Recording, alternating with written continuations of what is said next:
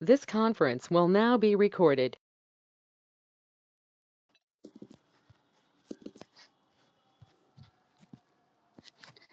Good evening, everyone, and welcome to this webinar on delving deep into renal disorders and complications, insights on kidney stones, CAUTIs, and diabetes. I am Afifa, Chief Supervisor of PSL, and your host for this session. It's a pleasure to have all of you here today. And this event is brought to you by Biosetup Lifesciences, a hub for scientific research and learning. And we are an ISO 9001:2015 certified organization committed to supporting aspiring students in life sciences through workshops, certification courses, and career counselings. We are honored to have the founder of Biosetup Life Sciences, Mr. Agadeep Das, sir, whose vision has driven our mission to elevate students' career. Now it's my privilege to introduce our keynote speaker, Mr. Jagannathan. Sir is entrepreneur dedicating his time and effort to inculcate science and innovation in young minds through research. Sir is currently Assistant Scientific Officer in Technology Business Incubator at VIT. Over to you, sir. Thank you so much. So yeah, good evening. So am I audible, everyone? Yes, sir, you are audible. Yeah, great. That's great. So once again, good evening all. So I'm really glad and it's a pleasure to be invited as a speaker for this webinar. So first of all, I would like to thank the Biosetup Life Sciences for inviting me, and I would like to thank my student Miss Vaishnavi for connecting me with the Biosetup Life Sciences. So yeah, I'm Jagannathan, so working as an assistant scientific officer at the Technology Business Incubation Center of Vellore Institute of Technology, Vellore. So I'm basically a BTech and MTech biotech graduate. So I did my BTech from KSR College of Technology, Coimbatore. So it is actually in Tirushangur. Then later I was working as a production engineer. So in a pharma company at Hyderabad. So for a span of 2 years. Then I have joined for my MTech by research program at VIT in 2017. So and in TBI, Technology Business Incubation Center, initially I joined as a project assistant in 2019. Then I have completed my masters and I have enrolled for PhD. So I am currently working as well as I am pursuing PhD, and the broad area of my research work is, biomarker development and sensor fabrication for diabetic nephropathy. So our lab is actually, we overall focus on the renal pathology. So we are working on, different domains of the renal pathology, which includes, kidney stones, then, diabetic nephropathy, then, in such things and all. So in this webinar, I'm just going to give an overall picture about, in the three important projects that I personally, work. So other than these, the key topics that we are going to discuss in this webinar, we have other works going on. So if I want to explain everything, in a span of 1 hour, it won't be, enough. So this webinar is only about the area that I have worked personally. So yeah, I think we can. It's good to start. So shall I proceed, ma'am? Shall I proceed? Am I audible? Yes, sir, please. Yeah. Right. Yeah. So as I said, we mainly, focus on, the nosocomial infections that play a major role, on the renal systems. So when it comes to nosocomial infection, few of you might have not heard the term. So nosocomial infections are nothing but, the disease condition that a person acquires from the hospitalized condition. So mainly it is a disease condition that persons, acquire, either from the prolonged stay in the hospital due to long-term disability, and with a compromised immune systems, and due to unregulated use of antibiotics, and all these are different sort of reasons for acquiring the nosocomial infections. So the recent survey says that almost 86% of the patients who were indwelled with catheter. So we all heard of catheters, right? So catheters will be implanted to persons who can, who might have had some, surgery, who have undergone surgeries and all. No, they will be implanted with catheters, for their excretion. So the survey says that such patients, among the catheter involved patients, 86% of the people are prone to the catheter encrustation, we say, or which means that they are more prone to urinary tract infections in a span of, and the condition goes from mild to severe within 2 days. Okay, and if it is not properly treated, the risk may go from 5% to 10% in a day, per day, and it can completely, the health, the urinary health system of the person can become completely severe, where it cannot be reverted back if the severity condition is becomes more. And it can be achieved not in months, not in years, but it can be achieved within within a week to 10 days if the condition is not properly treated or observed. So that is the severity of this, nosocomial infections on the urinary system.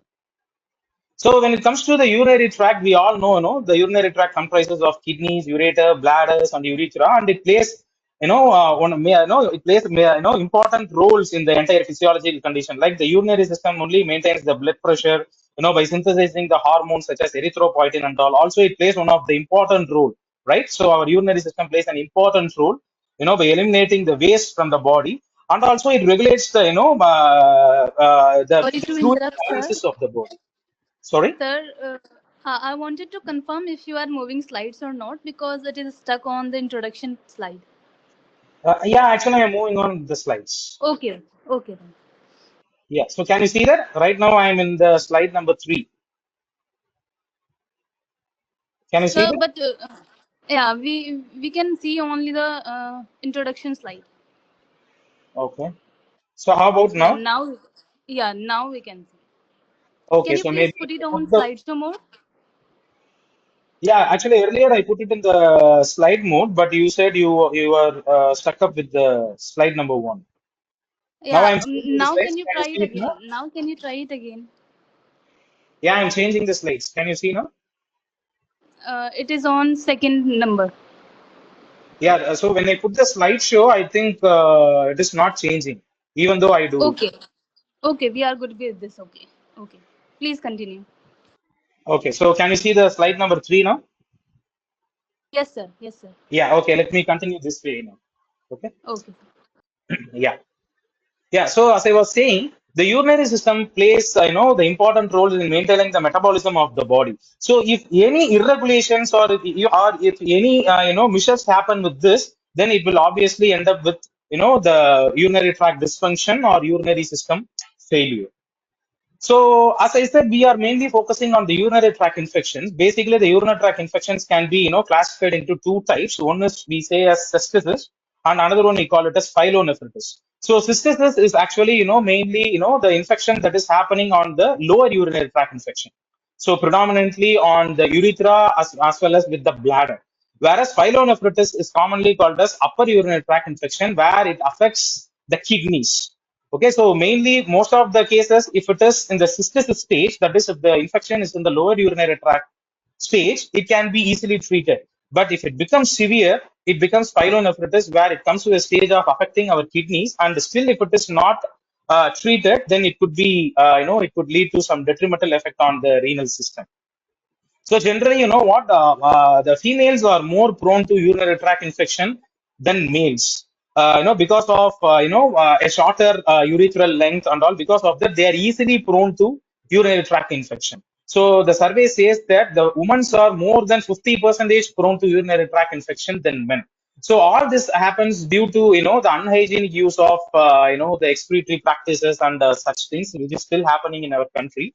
And still, lot of knowledge and lot of awareness need to be created in our country on maintaining the health of the urinary system, because the major issue with urinary tract infection and the problem is that once a person acquires it, the chance of recurrence is very, very high. So it is very, very important to maintain the health of our urinary system. So here you see what happens, in the, with the with the nosocomial infection for a person who has been admitted in the hospital. So here you see a bladder has been indwelled with the catheter. So when the catheter has been indwelled for a longer time, so generally, a catheter has to be replaced every 2 days. So if you see US regulations and all, the catheter has to be replaced, every day. But in India, the practical thing is like the same catheter the persons were using for more than a week. So what happens is that when the catheter is involved for a longer time on the bladder, it will be encrusted with it will be encrusted with the bacterial communities, and it will completely block the catheter. And if it is blocked, the person can no longer excrete the urine in a proper way, and this could further lead to pyelonephritis, where the infection will be spreaded over to the kidneys, and it will create a detrimental effect on the entire renal system. So that is why it is very, very important to maintain hygiene practice and to take care the health of the urinary system. So some of the common nosocomial pathogens that are majorly associated with the urinary tract is, I have listed many, but the top three, if you want me to say, it is Escherichia coli, Proteus mirabilis, and Pseudomonas aeruginosa. So these three are the gram-negative bacteria that plays major role in urinary tract infection. Among this Escherichia coli, we all know about E. coli, right? So that is the predominant microbe that brings this urinary tract infection. But treating urinary tract infection caused by E. coli is very easy. By administrating the first generation antibiotic itself can revert back the condition. So though E. coli accounts for more than 90% of the urinary tract infection, treating the infection caused by E. coli is very easy, whereas the rest of the two organisms, which are, let me show here. So yeah, so the rest of the two, Proteus mirabilis and Pseudomonas aeruginosa, the urinary tract infection created by them is very, very difficult to treat because they are highly resistant to antibiotics. So Proteus mirabilis and Pseudomonas aeruginosa, they are highly resistant to antibiotics. At the same time, they have a higher tendency of forming biofilms, so which can help them to evade from the antibiotic. It can help them to restrain themselves from the stress condition, and it can go into a hibernate state, and it can bring about the disease condition again and again. So that is why the urinary tract infection caused by the Proteus mirabilis and Pseudomonas aeruginosa are very, very difficult to eradicate because they are highly complex, as they can easily form biofilm, can tolerate any sort of stress condition, and it can easily evade from the actions of antibiotics. So that's why our lab, we mainly focused on focused on studying about the mechanism in which these two organisms escapes from how these two organisms deal with the urinary tract infection and the treatment that we are actually trying to provide for them. So when it comes to Proteus mirabilis and Pseudomonas aeruginosa, the way they affect the urinary tract infection, way they bring about the urinary tract infection is completely different. So Proteus mirabilis, it is highly known for its urease activity, and it is predominantly associated with creating kidney stones. Whereas Pseudomonas aeruginosa, it is highly noted for its biofilm formation.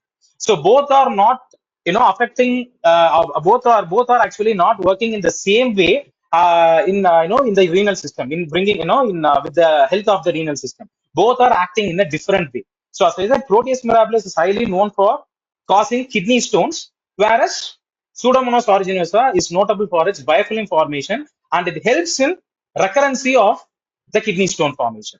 So we will discuss about that in the upcoming slides. So urolithiasis, the term urolithiasis means the formation of stones in the kidneys or in the urinary system. Okay, so predominantly the urinary stones are of 4 different types. So it's calcium stones, uric acid stones, cystine stones, and the struvite or infection stones we say. Amongst this, the 3 stones, calcium, uric acid, and cystine stones, they actually occur due to the imbalances in the dietary compositions of our body. So these 3 stones are predominantly happen due to the dietary imbalances, and by regulating our diet, we can easily treat these stones. Whereas the 4th type, called the struvite stone or infection stone, this is happening due to the intervention of the microorganism. As I said, it is Proteus mirabilis. Since a microbe is associated with the formation of struvite stone, it is very, very difficult to eradicate. So let's see how the microbe brings about this struvite or infection stones.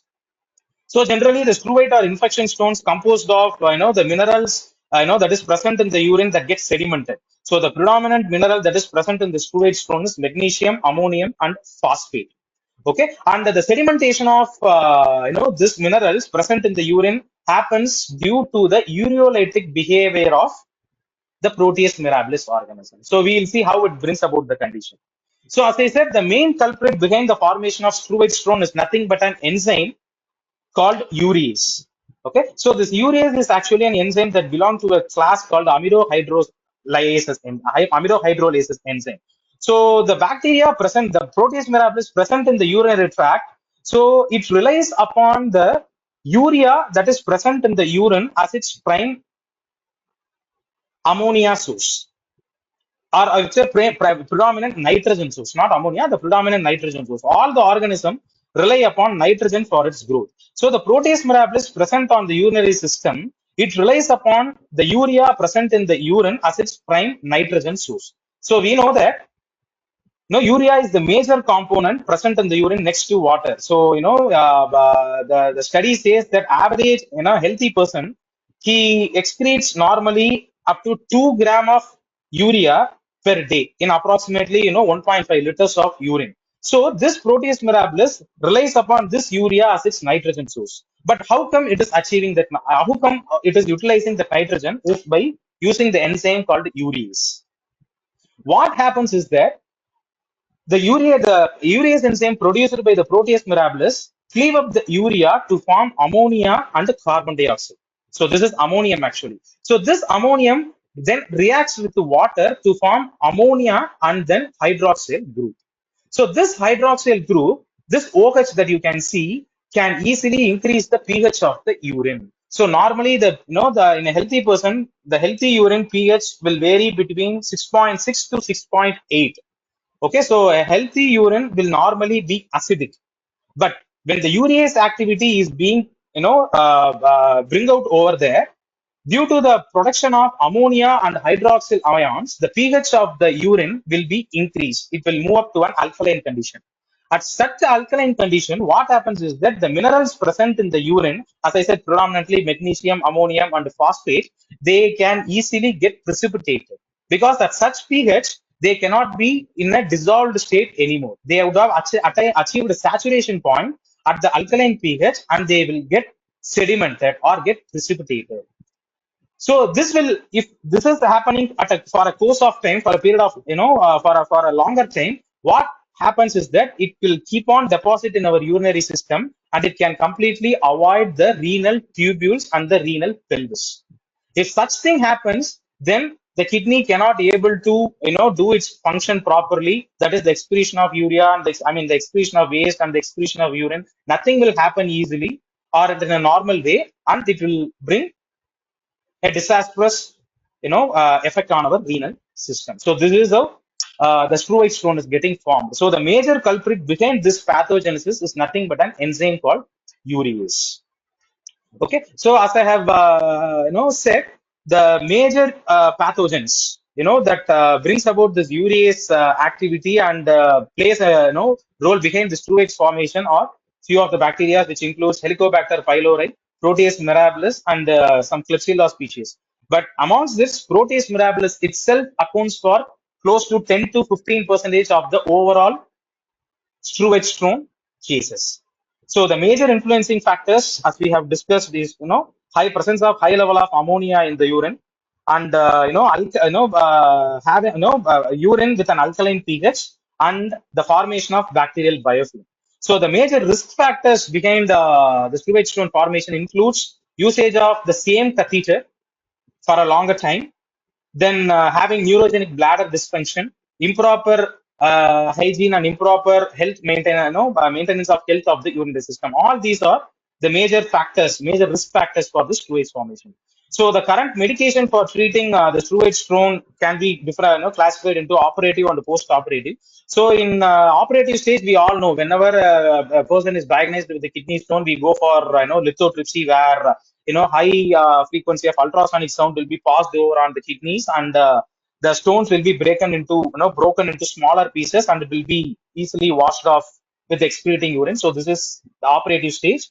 And the general, as a post-operative measure, so the surgeons and the doctors, they recommend the urinary acidifiers and then antibiotic therapy. So as I said, by maintaining urine with an acidic pH, the sedimentation of minerals present in the urines can be avoided. So that's why, as a post-operative measure, urinary acidifiers are generally recommended, followed by antibiotic therapy, because antibiotic therapy is important for preventing the recurrence of screw stone. Because, as I said, since biofilm is associated with it, the recurrence rate is also more. So that's why antibiotic therapy is also recommended as a post-operative measure.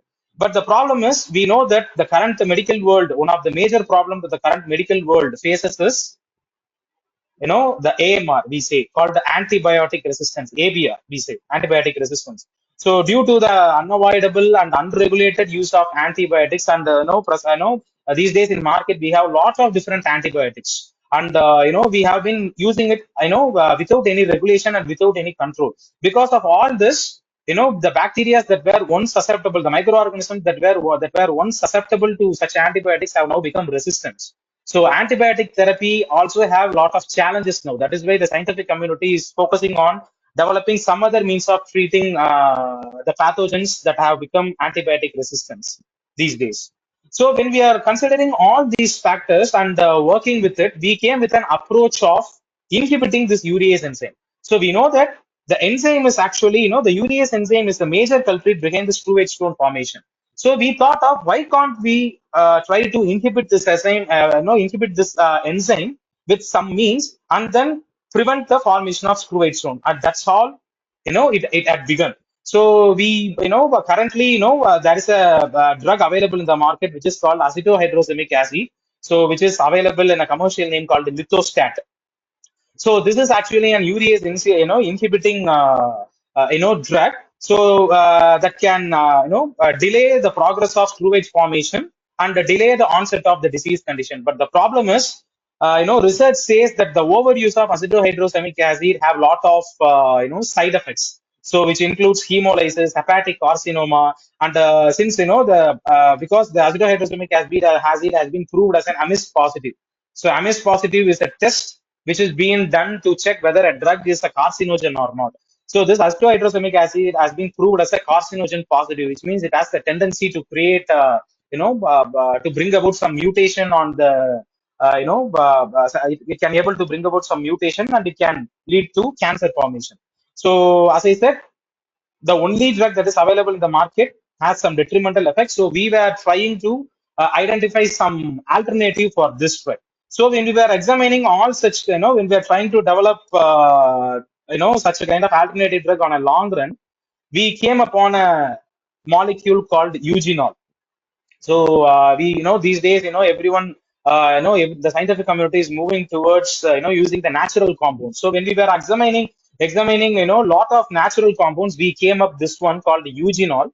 So which is, basically present in, the clove oil. So studies suggest that this eugenol has a lot of, beneficial activities against, some of the important, microorganisms and the pathogens such as E. coli, Pseudomonas aeruginosa, and all. But no one has literally studied about its mechanism and its effect respective to the urease enzyme that plays, with the screw-edge stone formation. So we wanted to know how it is bringing a effect on the screw-edge stone formation. So that's all, my first research has begun. So we tested the effect of eugenol on the two major, pathogens that plays a role on screw-edge formation, the protease and Pseudomonas aeruginosa. So what we did is, like, we isolated the urease enzyme, and we tried to do some mechanistic studies, to know about the mechanism in which the eugenol and the urease enzyme are reacting with each other. So don't worry, I'm not going to show the data and make you bored. I'll just give you an overall picture. So what we did is, like, we studied, we have developed some mathematical model, and then we studied about the effect of eugenol on the urease enzyme isolated from the protease mirabilis and Pseudomonas aeruginosa. So we found that, the eugenol, effectively inhibited the enzyme, urease enzyme, in a non-competitive mode, through non-competitive mode of inhibition. Okay, so majorly, so predominantly an enzyme inhibition can be classified into three types. One is competitive, mode, another one is non-competitive mode, another one is uncompetitive mode. So in a competitive mode of inhibition, what happens is that the drug will bind to the active site of an enzyme and then it will inhibit the enzyme.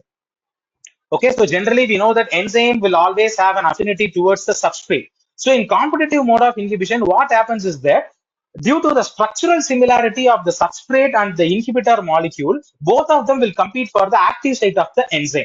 So what happens is that a competitive inhibitor that has a structural similarity to that of the substrate will prevent the substrate binding to the active site of an enzyme.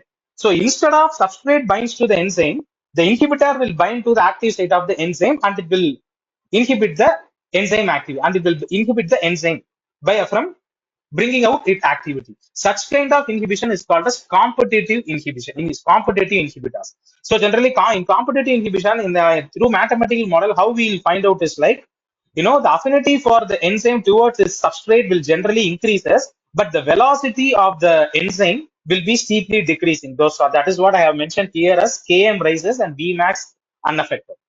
Okay, so the Km is nothing but the affinity of an enzyme towards its natural substrate, whereas Vmax is nothing but the velocity of the enzyme towards its substrate. So when an inhibitor is acting in a competitive way, that is competing for the active site, generally the Km of the enzyme, which is nothing but the affinity of the enzyme towards its natural substrate, will be increasing. Whereas the velocity of the same enzyme will not be affected at all. So this is the mathematical model, that we actually do to study about the way in which the inhibitor behaves with its enzyme. Okay, so that is what competitive enzyme inhibition we say. So the second one is called non-competitive inhibition. So in non-competitive inhibition, what happens is that the inhibitor will no longer fight with the substrate for the active site of an enzyme, whereas the inhibitor will bind to the allosteric site of an enzyme. And allosteric site is nothing but the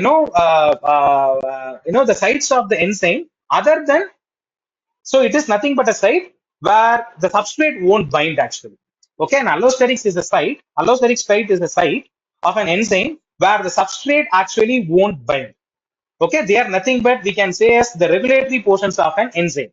So that is called as allosteric site. So in a non-competitive inhibitor, so in that way it will not bind to the active site of an enzyme, whereas it will bind to the allosteric site of an enzyme. So by binding to the allosteric site of an enzyme, what this non-competitive inhibitor will do is they will bring about a conformational change on the active site. So if the conformation of the active site is changed, the substrate can no longer bind to the enzyme and the enzyme can no longer bring about its activity. So such kind of inhibition is called as non-competitive inhibition. So in non-competitive inhibition, what happens is that the Km, that is the natural affinity of the enzyme towards its substrate, will not be affected, whereas the velocity of the enzyme will be decreased. So that is what you can see here as Km unaffected and Vmax decreases. And the third type is nothing but an uncompetitive inhibition. So in uncompetitive inhibition, what happens is that the enzyme, the inhibitor will no longer bind to a naive enzyme. Okay, and it neither compete with the naive substrate. So in the uncompetitive inhibitor, what it will do is it will bind only to a enzyme that is attached to its substrate. So whenever an enzyme, a product has to form, the enzyme has to first bind to the substrate. It has to break the substrate and then it has to bring about the product.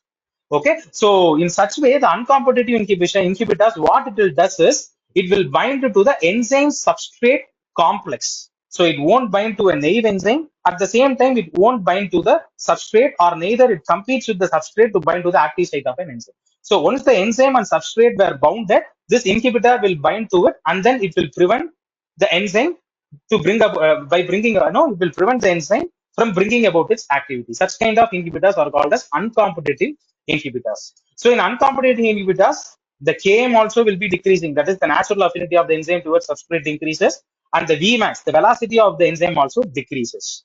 So we found that the eugenol can significantly downregulate the activity of urease enzyme through non-competitive mode of inhibition, which means the eugenol binds to the allosteric site of an enzyme, and then it reduces the velocity of the enzyme significantly. Thereby, it is not bringing about the urea to get cleaved, and then it delays the screw stone formation. So this is what, from the mathematical model, from what we have developed, we found out. But the issue is when we try to replicate or when we try to study this on a real-time application, that is on an actual biofilm, what we found is that we didn't get the expected result, which means the same eugenol, what has shown a promising effect on the in vitro study, has not shown the same effect on the real-time study, which is on the real biofilm that we have obtained from the clinical isolate. Then how it is behaving. So that is what we wanted to explore more. So I just want to show you a picture here. Yeah. So here what I'm showing is actually, the picture of the scanning electron microscope. So what you can see is you can see, two groups of pictures. So the first belongs to a control group, which means these are nothing but the clinical isolates that we have got from the, biofilm, these are actually biofilm pictures that we have got from the clinical isolates. The first group belongs to the control the control group where the treatment has not been provided. The second group has been given treatment with the eugenol. So I told you that the eugenol has a better effect on inhibiting the urease enzyme in the in vitro study, but it didn't happen in the same way when we tried to study it on the clinical isolate, whereas we found a different result. What happens is that though eugenol didn't significantly bring major change on the urease on the real-time scale, we found there is a biofilm eradication in the clinical isolates from what we have got actually. Okay, so what I'm trying to say is eugenol didn't bring significant change on the urease activities in the clinical isolate. Rather, it has eradicated the biofilm for the clinical isolate what we have got. So the result what we have got in the in vitro condition and the result what we have got in the clinical isolate, both are completely different. So we wanted to see how eugenol actually behaves, because we cannot just assume a mechanism that we have got from one such study. You have to do a parallel study, and then you have to come up with a you have to come up with an idea that gives a promising way in which a drug actually works. So we try to explore. So the eugenol has not bring about the same significant effect on the ureas, but it has eradicated the biofilm. How it is happening? We wanted to study that. So that is where we wanted to, we initiated the next set of study, which is nothing but the biofilm eradication study. So basically, biofilms, are nothing but conglomeration of different microorganisms, that get stick itself or attach itself to a, substrate or to a surface. Basically, it will by, group of microorganism in order to evade from stress condition and to evade from antibiotics and all. What the organism they will do is different sort of organism they'll communicate with each other and they'll form a network. So which is nothing but biofilm.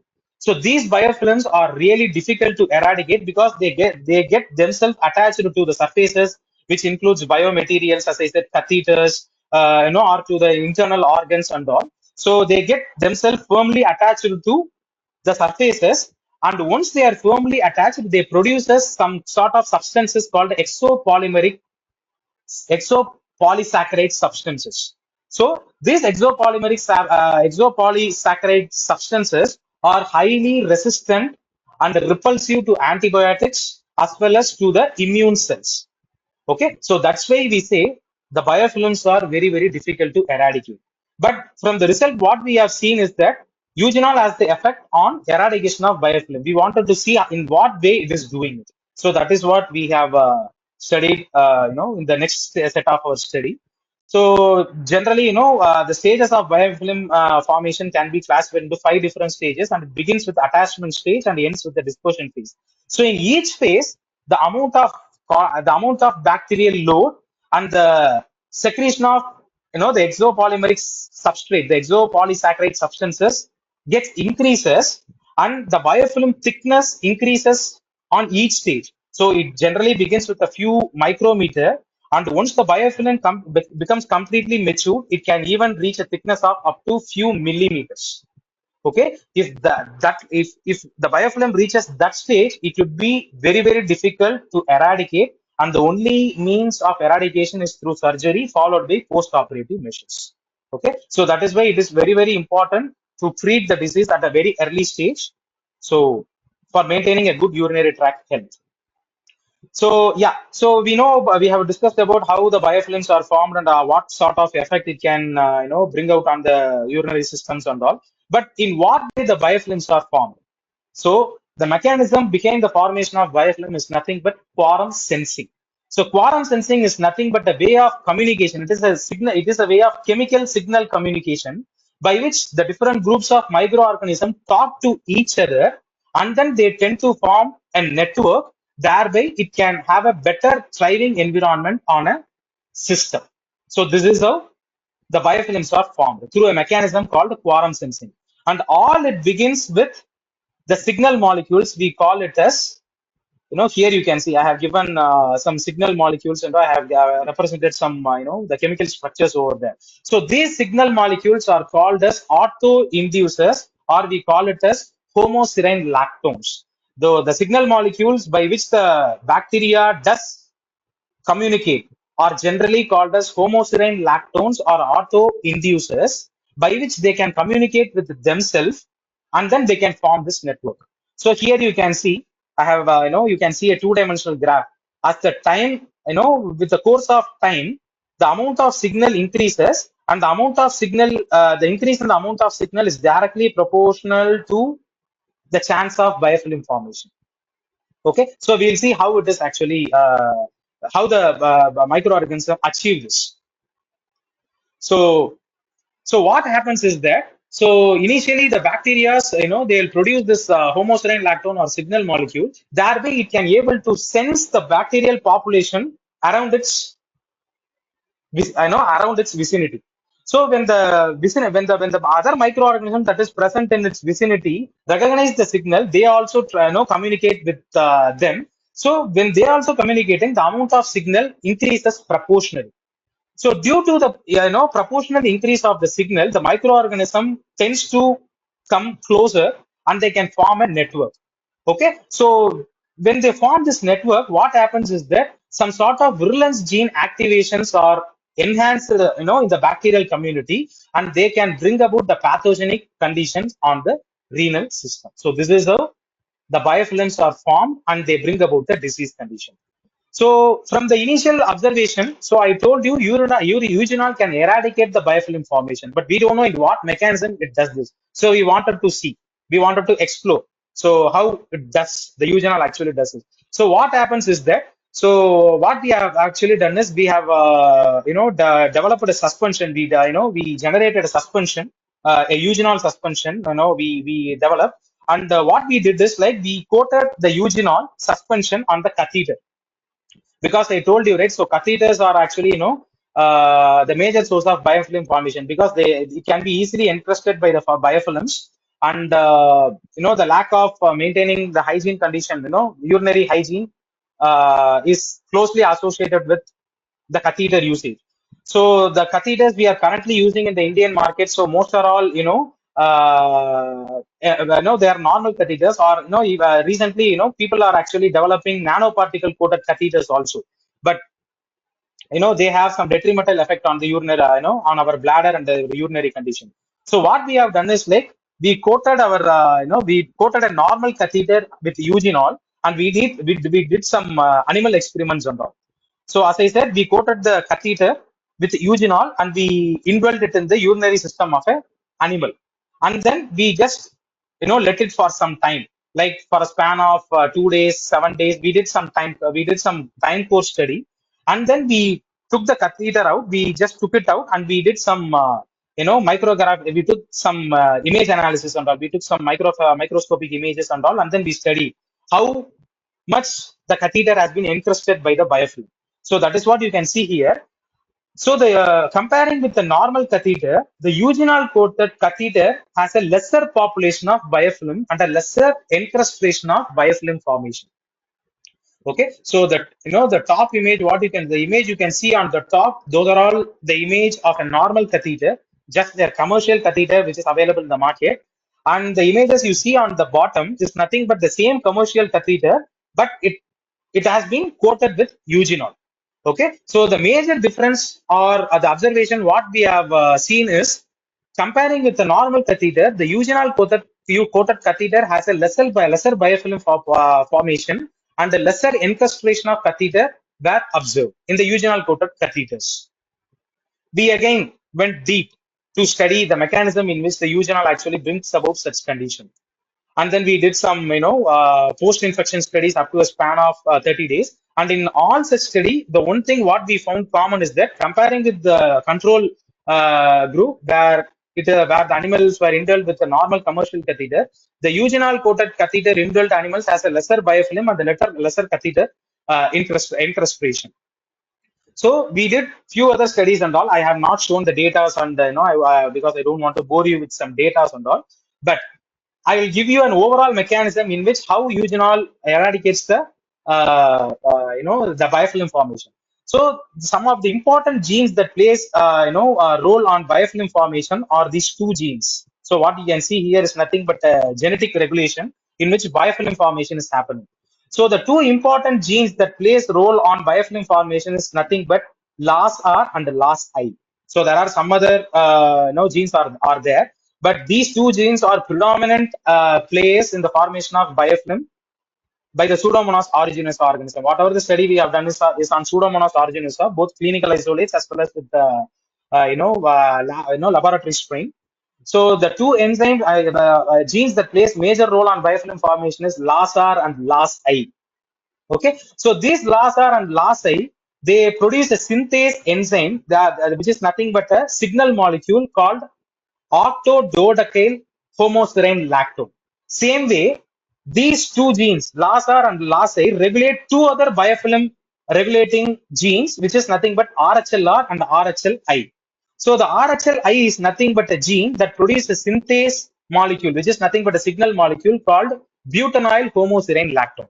So this ODDHL, octododecyl homoserine lactone, and the butynyl homoserine lactone, both are actually quorum sensing signal molecules. So what this signal molecule does is that it will bind to the LAS-R gene and it will regulate the activation of virulence gene, which are nothing but the genes what you can see over here, this PQS, MVFR. So these are all nothing but the virulence genes. So what happens is that when the quorum sensing signal molecules are getting accumulated, the LAS-R gene is high, the LAS-R gene is upregulated and it will activate the virulence gene formation. I mean, it will activate the virulence genes. So these virulence genes are predominant factors of bringing the pathogenic condition on the renal system. That's why I know, as I said, resistant to antibiotics, increased encrustations on the biomaterials. All these are happening due to the activation of virulence genes. Okay, so all everything is being done by this overproduction of signaling molecule. But I told you, right? So the eugenol coated catheters has an opposite effect, where the biofilm formation and catheter incrustation was low. So when we were studying it in deep, we found that the eugenol is actually competitively binding to the gene, the biofilm forming genes by, by competitively binding to the top the actual signal molecules.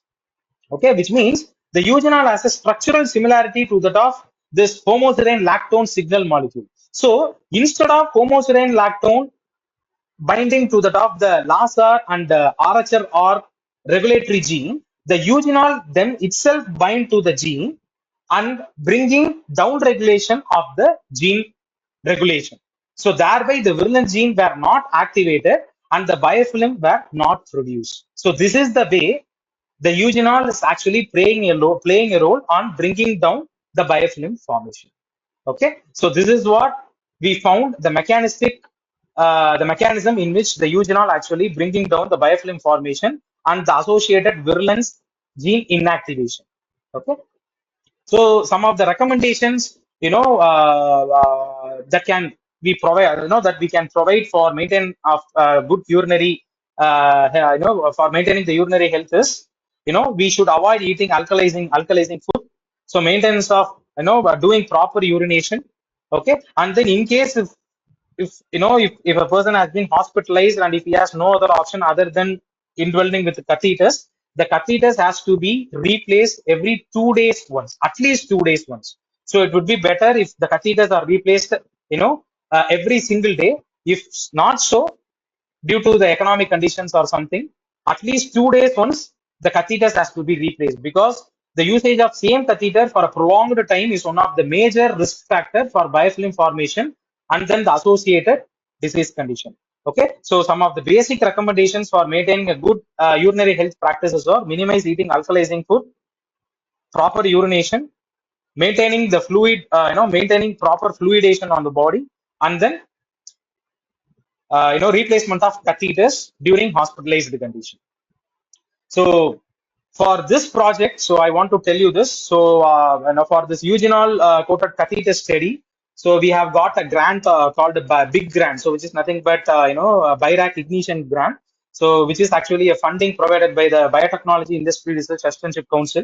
So one of my senior called Dr. Prashant, so he was the he did most of the study, and I was associated with him. So he has got this big grant for this study. So biotechnology ignition grant for that study to develop a modified catheter. Because I told you, right, the most of the commercial catheters, that are available in the market are nothing, are just the basic catheters. So that has that is highly prone to biofilm formations and all. Moreover, the cost of the catheters are a bit high because the patients are end up paying more amount of money for that. So we wanted to mitigate that by utilizing the funds to develop a modified catheter called eugenol coated catheter, and the product is currently under validation, so clinical validation. So once the validation is done, so our lab would be happy to bring about the product into the market. So whatever the study we are doing in our lab, most of the study is actually product oriented research we are actually doing. So from the basic research, we got an idea and we try to make it into a product, and then we try to validate the product. If the validation is good, so we are trying to bring the product into the market. So that is what the goal of our laboratory, that is the goal of the research what we do in our lab.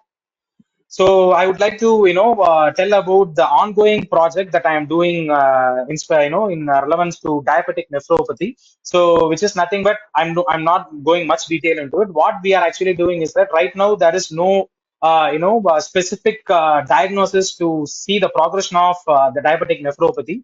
So what we are actually doing is like we found a particular protein which is nothing but a cluster of differentiation CD36 protein. So we found that this particular protein is very unique to the of diabetic nephropathy. So that too, most of the researches what has been done so far, they have done only with respect to the blood sample. But our lab was the first one to find the presence of this CD36 protein in urine samples of the diabetic patient. So whatever the study that has been done in relevant to the CD36 has been done only with the serum sample or with the blood sample. So we were the first to detect the presence of the CD36 in the urine of a diabetic patient. So what we are now actually doing is like, we are trying to develop a sensor, for to track the progression of this, to track the progression of the diabetic nephropathy from the urine sample of the diabetic patient. So we are actually trying to develop a product where the sample requirement is through non-invasive means. Okay, because invasive mode of sample collection has some setbacks. So we are trying to develop a non-invasive mode of sample collection. And for that, we are actually developing an IDE-based sensor called interdigitated based electrode-based sensors. So in an overall picture, what we are actually trying to do is like we are actually modifying a sensor with a biomaterial. And this biomaterial is highly efficient in binding to that of an antibody, which is specific to that of our target protein. Okay, so once this sensor is being coated with the antibody to a specific to the of the antigen, by subjecting a sample, whatever the biological sample it may be, by subjecting it to the sensor, we could able to detect the antigen level even at its lower concentration. So generally we all do ELISA test and all. Hope you all might have heard about ELISA test and all. So the development of sensor is much more robust and efficient in detecting the antigen concentration at a far low concentration, so that the progression of the disease condition can be monitored at a very early stage, and the treatment and prophylaxis can be provided in a better in a better way by the medical practitioners. So that is the agenda of the current work that we are doing right now. So we have already developed the sensor, and the validation is going on. So we are actually what we are actually doing is like we are studying about the presence of, we are trying to see whether the CD36 is specific only to the diabetic condition or is it specific to any other renal disease condition as well. So what we are doing is like we are collecting the urine samples from different renal disease affected patient, and then we are trying to create, we are trying to generate a profile of the CD36 to the top different renal disease condition. So far we found that the CD36 is specific to the top diabetic nephropathy, and if it is few other validation studies we are doing. So if it is promising, we could able to generate a sensor, a biosensor, so as a product, and with the developed product, the progression of the diabetic nephropathy can be tracked at a very early stage and a better treatment can be provided. So just like the glucometer that is available in the market, we are trying to develop a more sensitive sensor for that of diabetic nephropathy. So that is what the current work we are actually doing. So we have got some funds from the government and from the funding agencies, DST and all, and we are trying to develop this product and validate it. So this is the current work we are doing. So here is our research team. So Dr. Prakasam Vishwanathan, so he is our PA. So he is a professor and a former dean, belongs to School of Bioscience and Technology, VAT. So he has a lot of experience, in working on the renal domain, on different domains of the renal system. So he's our PA, and a few of our notable alumni from our renal research lab are Dr. Sriju, Dr. Badrinathan, Dr. Prashant, so who are working on different in the different sectors all over the world. So they are in postdoctoral position, they are working as a clinical evaluation specialist, associate professors and all. So I am really glad to work with my so they are all actually my seniors. So I am fortunate to work with them and to and to gain a lot of knowledge from them. And they are the current scholars on board, so who are working on some other the stream. So like the developing probiotic products for treating oxalate stones and all. So as I said, there are so many different types of kidney stone. I have worked specifically with kidney stone. Few of my fellow researchers currently working in the lab, they are developing some sort of probiotic molecules for better treatment of calcium oxalate stones. So these are some other works we are actually doing. So apart from that, I want to tell you about few of the things that I do with the Technology Business Incubation Center of VIT. So the technology business, so whatever I have said so far is my research domain, and what I'm going to say in the another few minutes is my working domain that I'm doing as a scientific officer. So yeah, as a technology business incubator, what we are, the primary motto of the technology business incubator is to promote technology oriented entrepreneurship. So basically what we do is like we do call for from students, scholars, as well as from the professionals. So we do a call for from people who have a technology oriented business idea. Okay, so if we found that the proposal has a better market viability, we are ready to provide funds to them. Okay, so we will be providing mentoring support, we will be providing funding support, we will be trying to provide business incubation support. So we will be providing networking support, and we will be providing investor support. All these kind of support we actually do to help the people to develop their own product, and we help them to become an entrepreneur. So that is what as a technology incubation we do.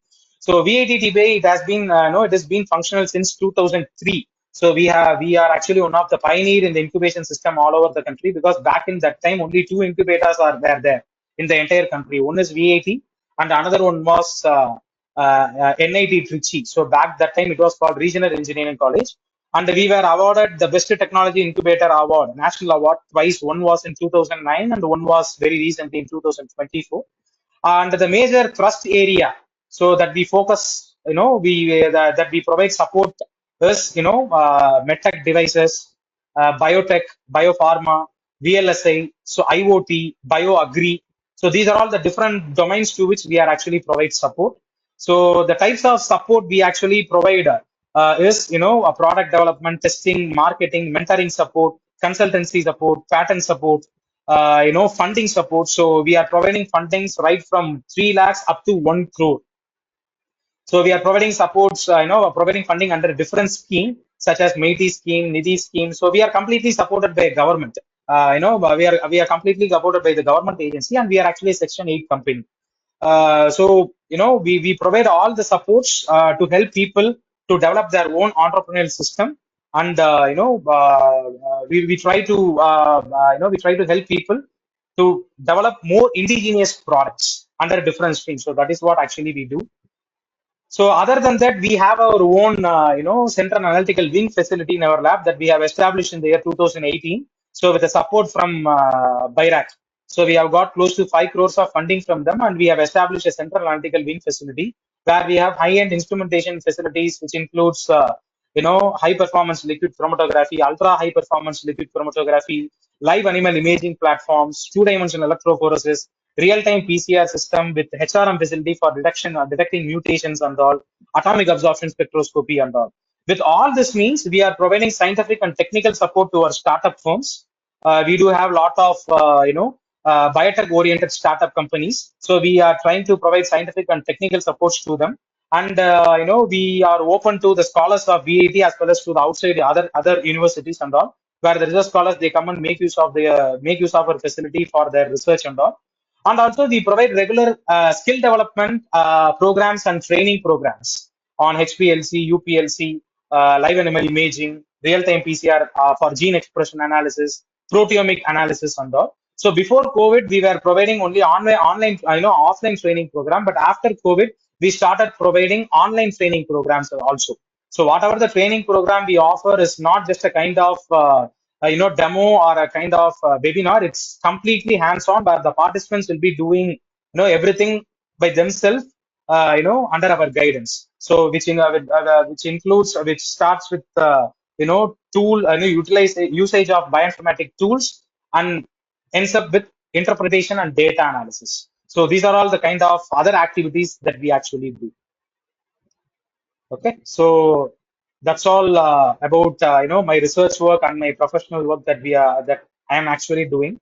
So thank you once again, for for this wonderful webinar, for inviting me for this wonderful webinar. So that's it from my side. I am open to any queries if you have. So thank you. I hope I bound to the time. I'm open to queries. Thank you.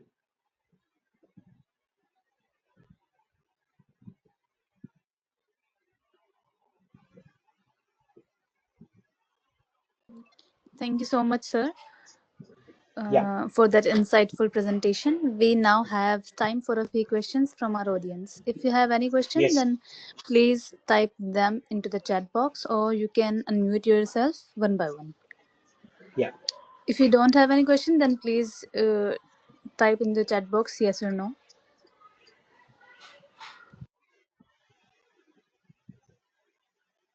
So if anyone want to collaborate with us for your research or for scientific support or for entrepreneurial support, we are open to support, and we are most welcome to approach us.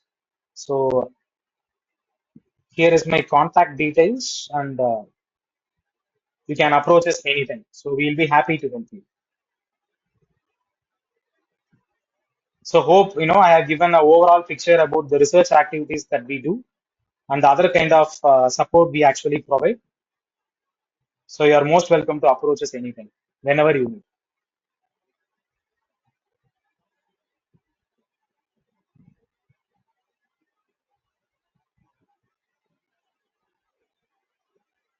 Any queries? Anyone?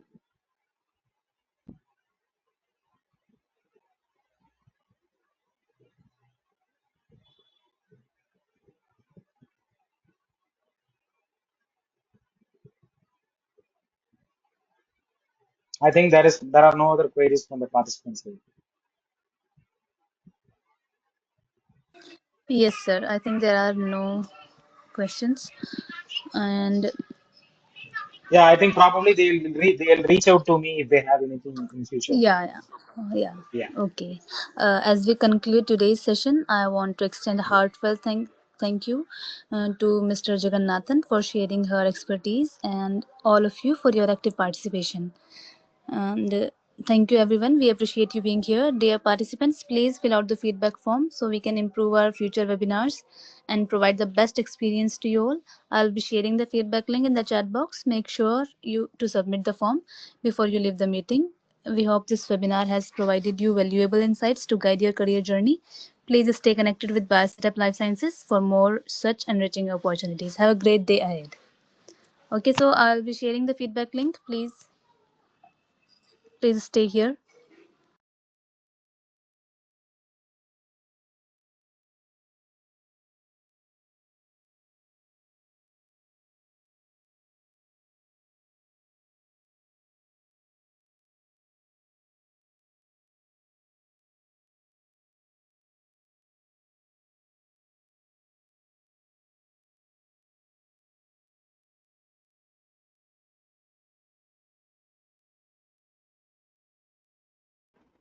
Hello, am I audible?